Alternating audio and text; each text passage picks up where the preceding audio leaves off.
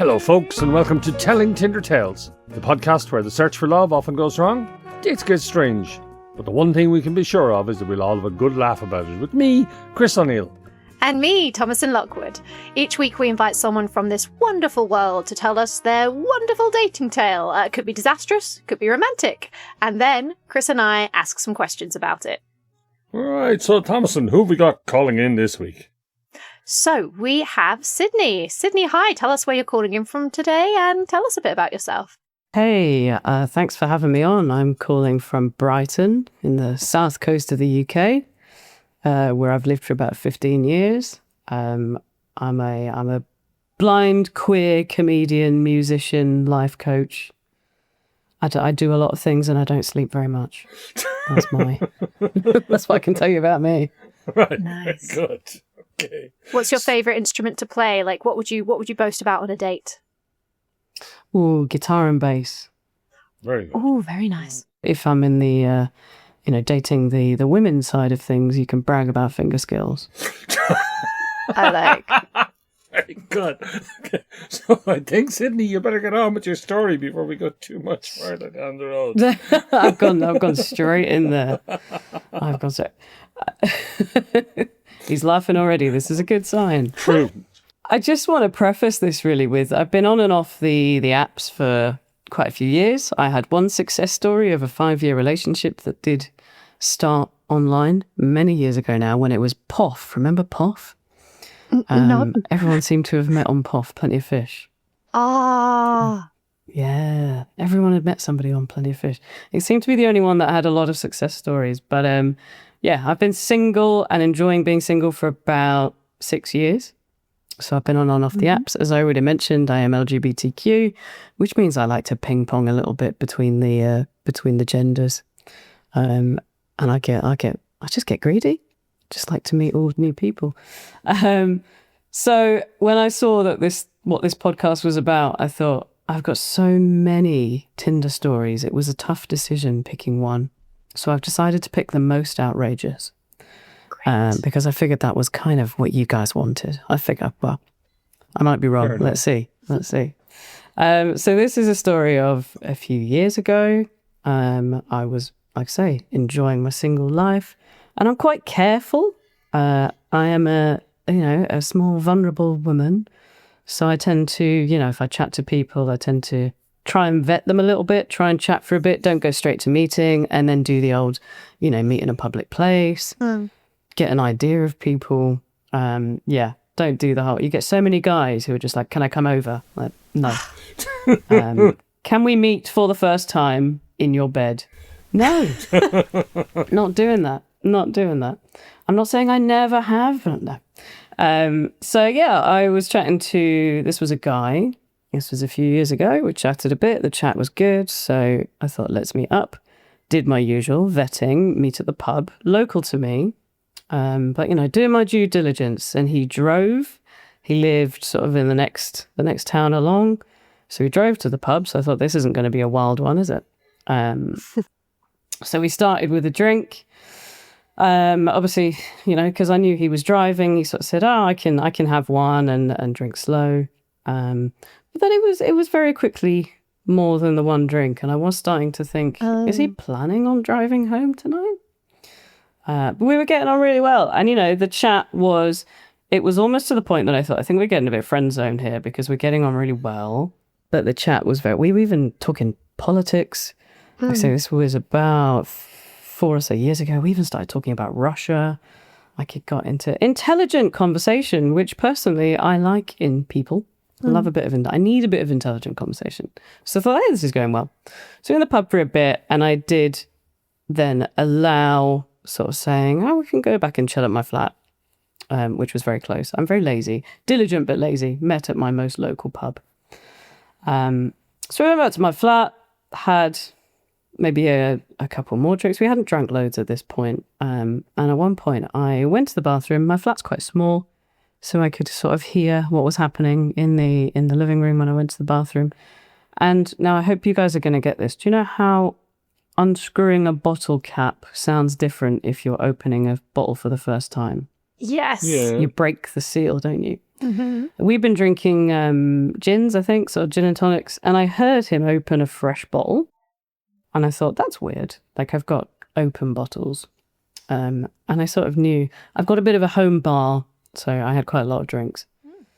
So yeah, sort of heard the sound of him opening this bottle, thought, okay, slightly odd. And the thing that really gave me chills was that I then heard him spit on my floor. So I'm like, why? Yeah, why? And I cannot, I don't even like when people spit in the street. It just makes me feel ill.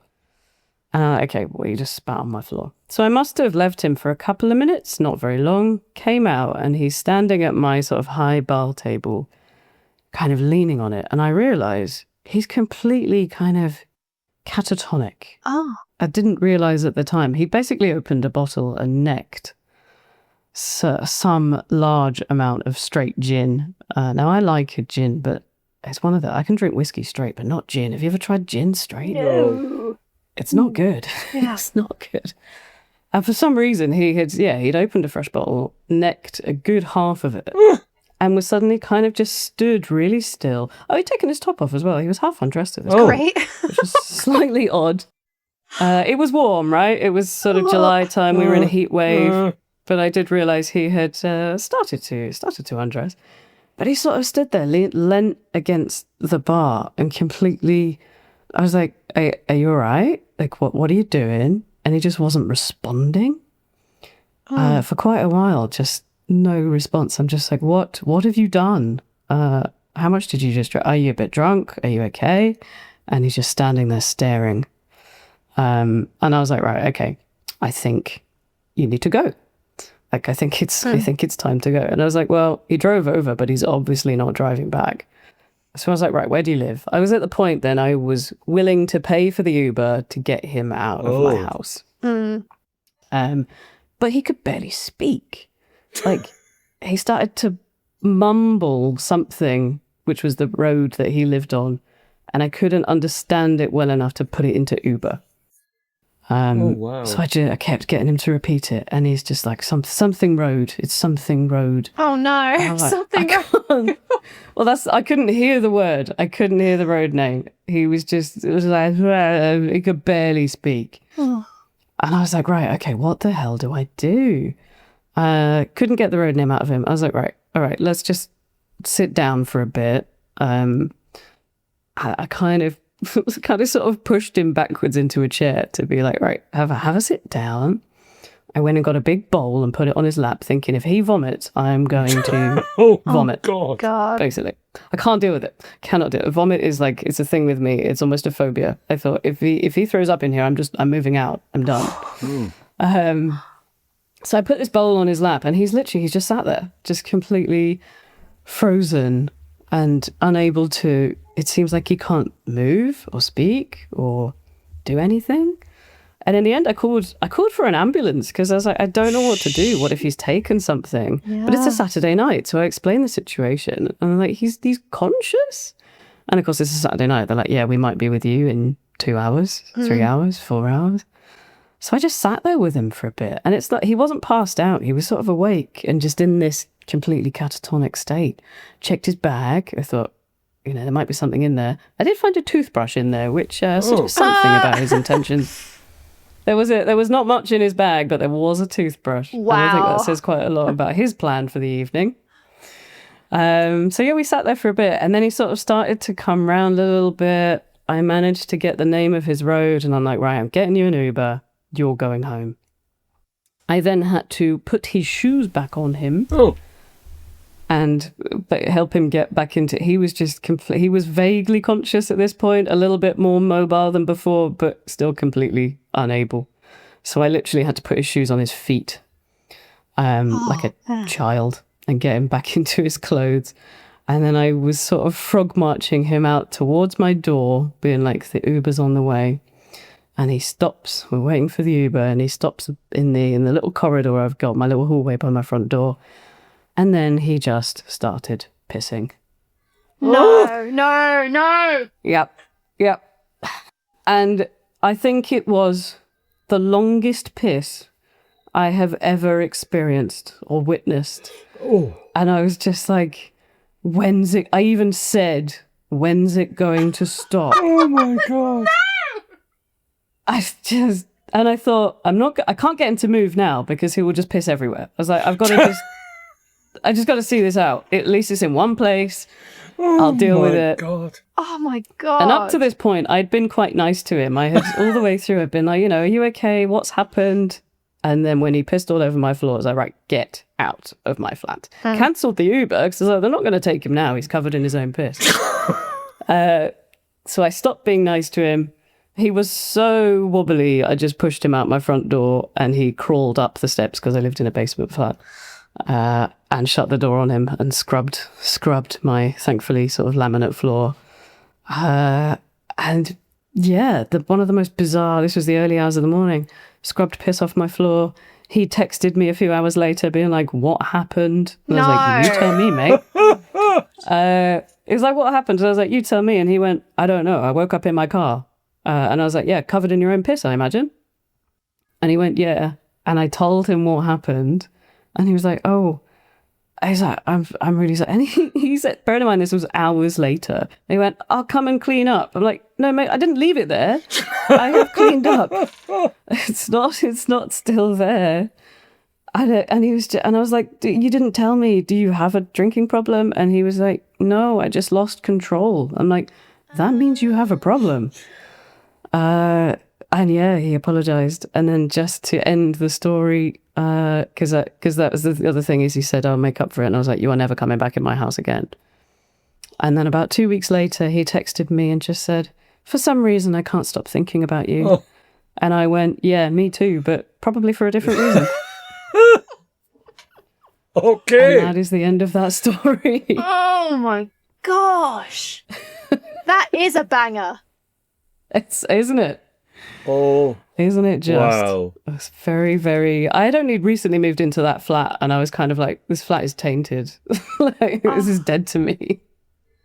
I love that you already had an ample home bar set up, though. Oh, yeah. Absolutely. Yeah, priorities. Okay, I say it's new. I'd been in there like a few months. Sure. Oh, my gosh. Chris. Well, I mean, I suppose when you talked about the possibility of his throwing up and then he didn't see... That would have been worse. Would it? All right. Okay, yes. fair enough. I'll take piss over vomit. If he had... I mean, literally, the piss covered my entire hallway. It was the largest amount of piss. But if he had thrown up in that hallway, like I say, I would have just gone out the back way and never gone home again. I couldn't have dealt with that. I couldn't have cleaned that up myself. So actually, it was a less bad option. That's not a... Believe it or not, yes. If you can be glad about piss. Yeah. I'm not sure. Yeah. Chris, what would you be? Piss or vomit? What would you prefer? Are you a boobs man or an ass man? Well, I think to a certain extent it would depend on the surfaces. It's never a dilemma I have faced, thankfully. I mean, I have... Lucky you. I have thrown up, but from too much drink, but not... Yeah. I've never pissed myself through too No, much I've never either. done that. And I drink a lot. No. Well, a question I have is when he started pissing, was he like... Because in my head, it's like, you almost, you take a dog out and you're like, right, like, you've got to leave now. And was it, in my head, I'm picturing he's like being defiant, being like, well, I think he was just so, I don't know, in such a state. And I was so shocked when it started. Yeah. I just kind of stood there.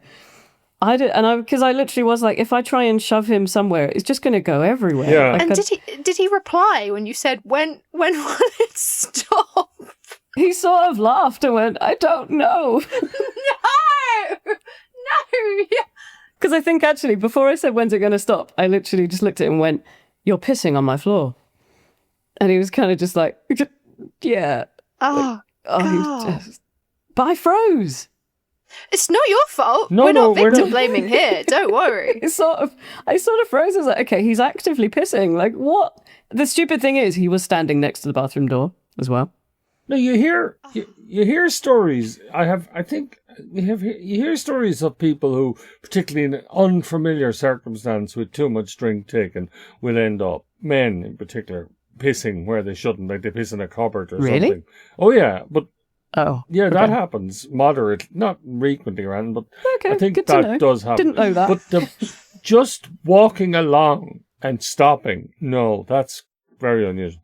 I'm sort of fascinated. How did you think he thought the evening was going to go? I mean, I judging by the toothbrush in his bag, he thought he was going to get lucky, right? Yeah. But then I'm pretty sure none of his anatomy would have worked.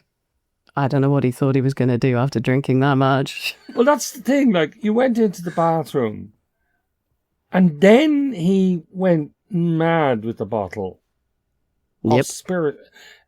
I'm clearly there was not much thinking going on. We can establish that. No. But like, what process of logic? You take your shirt off, you take your shoes off, and you drink half a bottle of alcohol in advance of what activity? Exactly. It's a very good question. I don't know what he thought he was going to achieve after that point. Yeah. There was no function in his body God, no. after that point. No. I mean, Chris, you talk about, sometimes when you're super, super drunk, people have been known to piss themselves, but surely not on a first date. Surely on a first date, you're going to be in your best behaviour. And you would think, wouldn't you? My question, another question I have is, what you said when you first called emergency services, where you're like, help, I'm having a bad date. I mean, I think at one point, because obviously they were asking loads of questions, and I sort of explained the state he was in this kind of frozen, catatonic, unable to move or speak. And I said, so they were asking me lots of questions about him, and I was like, look, don't judge me, guys. I met him tonight. Like, I don't. And the call handler was really good. She was like, yeah, it's fine. I'm not judging you. But yeah, I had to be like, I don't know this guy's history. Like, I don't know if he's done this before. Can you imagine if the call responder had been like, and you let him back into your place? Like, you shouldn't have done that. Like, should be like, you slag. Yeah. Yeah. I think the weirder response would have been, oh, he's with you. Right, we've dealt with this before. That he was an established feature in the emergency services in the area. I mean, he could well have been. me. I only knew his first name, bear in mind. I didn't know anything more than his first name. Yeah. And it starts on politics, which brings me on to another question, actually. So I have a rule for dating, which is party before politics, which is essentially I would like to sleep with them before I find out too much about their political. I want to make sure that they're not homophobic or racist, but like in terms of like getting into the nitty gritty of like putting the world to rights. For me, I feel like if you're doing that before making out, then I don't know if the chemistry is strong enough. No, and that's the thing. That's how I felt we were sort of in the friend zone. Because to me, there wasn't an awful lot of chemistry. We were just chatting, but it was nice. Like it was a good chat, and he seemed fine. Like when I went to the bathroom, he didn't even seem drunk. Like we were just having a good time and a good chat, and we bonded over music and stuff. Like it wasn't all about politics. Sure, that was just an example of how it was an intelligent conversation. Yeah. And yeah, like say we got onto music. Like we got on really well, and I liked him. I didn't know if there was any chemistry, but I liked his company until that happened. I suppose in a sense, you were lucky in that it happened on the first date. In that it became immediately apparent. Like, I mean, up to the point where you went to the bathroom and he became catatonic, the evening was going well. It could have continued to go well. And you could have found out that he pissed himself uncontrollably after a while. It's true. I mean, I have to say, I didn't feel lucky when I was toweling my hallway floor at 4 a.m, but I hear you. I'm not saying you were lucky. I'm just saying... No, you are relative. Right. I didn't get myself in deep in that situation. Yeah. I think I'm just so surprised with the audacity of him to message a few weeks later saying, I don't know why, right? But you're just not like the others. I can't stop thinking about you. I know, right? What do you think I'm going to say to that? Because I said to him back, I was like, yeah, I haven't forgotten you either, but probably for a different reason. Did he respond to that? No. Yeah. And you might be wondering, why didn't I block this guy? And I deliberately didn't block him because I kind of wanted to know if he tried. So that's the only reason I didn't, just out of... And you got to remember as well, this guy knows where I live now. Yeah. Well, not now. I've moved now. But at the time, I was like, he knows where I live. So I kind of didn't want to block him in case he banged on my door because I wasn't replying to his texts or something. Oh, gosh. Oh, my gosh. Yeah. Yeah. I know. Yeah. Yeah. But obviously, I made quite an impression on him. I think he quite liked me. But if that's what he does to people he likes, what does he do to people he doesn't? I know. That's a good point. Yeah. I dread Would to that be a think. shit on the floor if he doesn't like you? That was where my mind went, but I was afraid to say it. Oh, sorry. I've told you my worst Tinder story. I'm not afraid to say anything at this point. You mentioned that you date men and women, right? Have you ever had any experience, I don't need the detail, but any experience that comes close to that with a woman? Actually. No. Actually. Go on. My first attempt at a date with a woman was a very psychologically disturbed woman. I went all the way to Nottingham.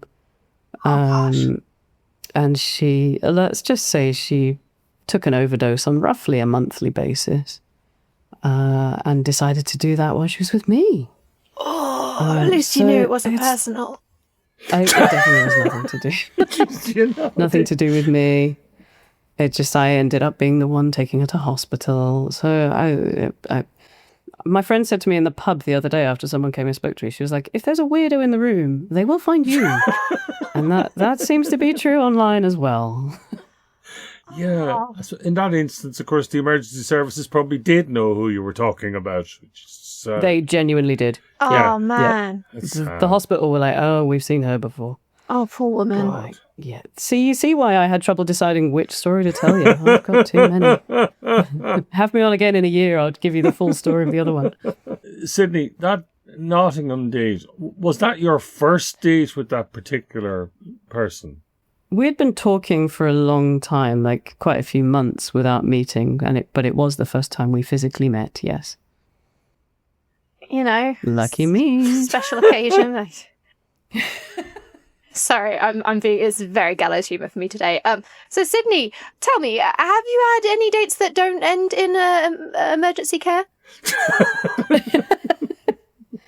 I've had plenty of dates that don't end in emergency care. Those are the only two that do. I realise I've given you an impression of myself here. I've had lots of good experiences. And I haven't had lots of great relationships, but I've genuinely got friends that I've made through either online dating or, like, because I'm a musician, I've met fellow musicians online. The one person I would almost call my best friend, that sounds really kind of high school, but we met because she put an advert out looking for a guitarist to sing with. So, the online world is terrifying in so many ways, but I've also had a lot of good dates or dates that have turned into friendships. That's my positive spin on it that I can give you after the most horrific stories I've had in the last 15 years. No, that's Very really good. nice. Would you trade meeting your best friend for not having those two anecdotes? Because I don't think you would, right? No, I absolutely wouldn't. And it was that best friend's house who I went to the day after the pissing on the floor incident. We should tell her that you're worth piss on a carpet. Oh, a carpet, that's a different thing. Well, Piss on yes. a wooden floor? Is she worth piss on a carpet? That is a whole other question. Oh, yeah. She probably is. Yeah. Love. Sydney, that's been wonderful. Thank you very much. Have you anything you want to mention or plug or anything like that before we come to the end? I'm based in Brighton. All I can say is almost a year ago, the Brighton Comedian New Comedy Award changed my life when I won it. Congratulations. Well done. Thank you. That's not why I'm bringing that up. The only reason I'm bringing that up is because I won it last year. I will be headlining this year's final and presenting the award to this year's winner, which is going to be just in a couple of weeks' time on the 10th of February. And for anybody who's Brighton-based, it will be a phenomenal night of really high-standard comedy, the final of the competition, plus me headlining. It's going, yeah. Excellent. That's the biggest plug I can do. And then I'm taking a little bit of time out for some health stuff, and then I will be back later in the year. But follow me on the old socials if you want more of these stories. The Sydney _May. Very good. That's Excellent. brilliant. The Sydney_May is in MAY. Yes, May like the month. Sydney like the city, May like the month. Excellent, lovely. Very good. And I am Thomasin, just like the this weird name. So thank you very much, Sydney, and thank you, listeners. Thank you very much for tuning in to yet another episode of Telling Tinder Tales. Please also give us a like, a follow, a share, subscribe, whatever it is you need to do on the podcast platform that you're listening to us on, and give us a review. It really makes a difference to an up-and-coming podcast like ourselves. If you give us 5 stars, I will play you my bass and then play you like a bass. But if you give us 1 star, I will piss all over your floor, carpet or wood. I will do it. I'm giving you 5. And if you liked it, tell someone the old-fashioned way. Next time you need to call the emergency services, why don't you tell them, you know what? This reminds me of a great podcast episode from Telling Tinder Tales. And lastly, we would love to hear your story. Get in touch at tellingtindertales@gmail.com. Yes, indeed. We will be at lots of festivals, and please keep... We did this already, yeah? I think Chris has drunk the gin. What's going on? No, sadly. Whiskey would be my drink. If you've enjoyed this episode, please do come along and see us live. We'll be in Leicester Comedy Festival in February. We'll be in Glasgow in March. We are in Derby in June. We are in Edinburgh in August. And we'll be delighted to see you at any of those gigs. Please do come along. Absolutely. And you can get details of that on our socials, Telling Tinder Tales. All we've got left now is to say goodbye. Say goodbye, folks. Bye-bye, everybody. Bye-bye.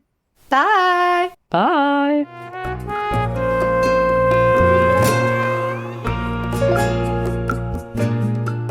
Telling Tinder Tales is hosted and produced by me, Chris O'Neill, and Thomasin Lockwood. Produced and edited by Lucy Regan, with music by Kinkas Moreira. It's a Jester's Comedy Dublin production and is no way affiliated with or endorsed by Tinder. If you have a story to tell, please get in touch. Details are in the show notes. And if you like us, instead of swiping right, follow us on Instagram and or TikTok at Telling Tinder Tales.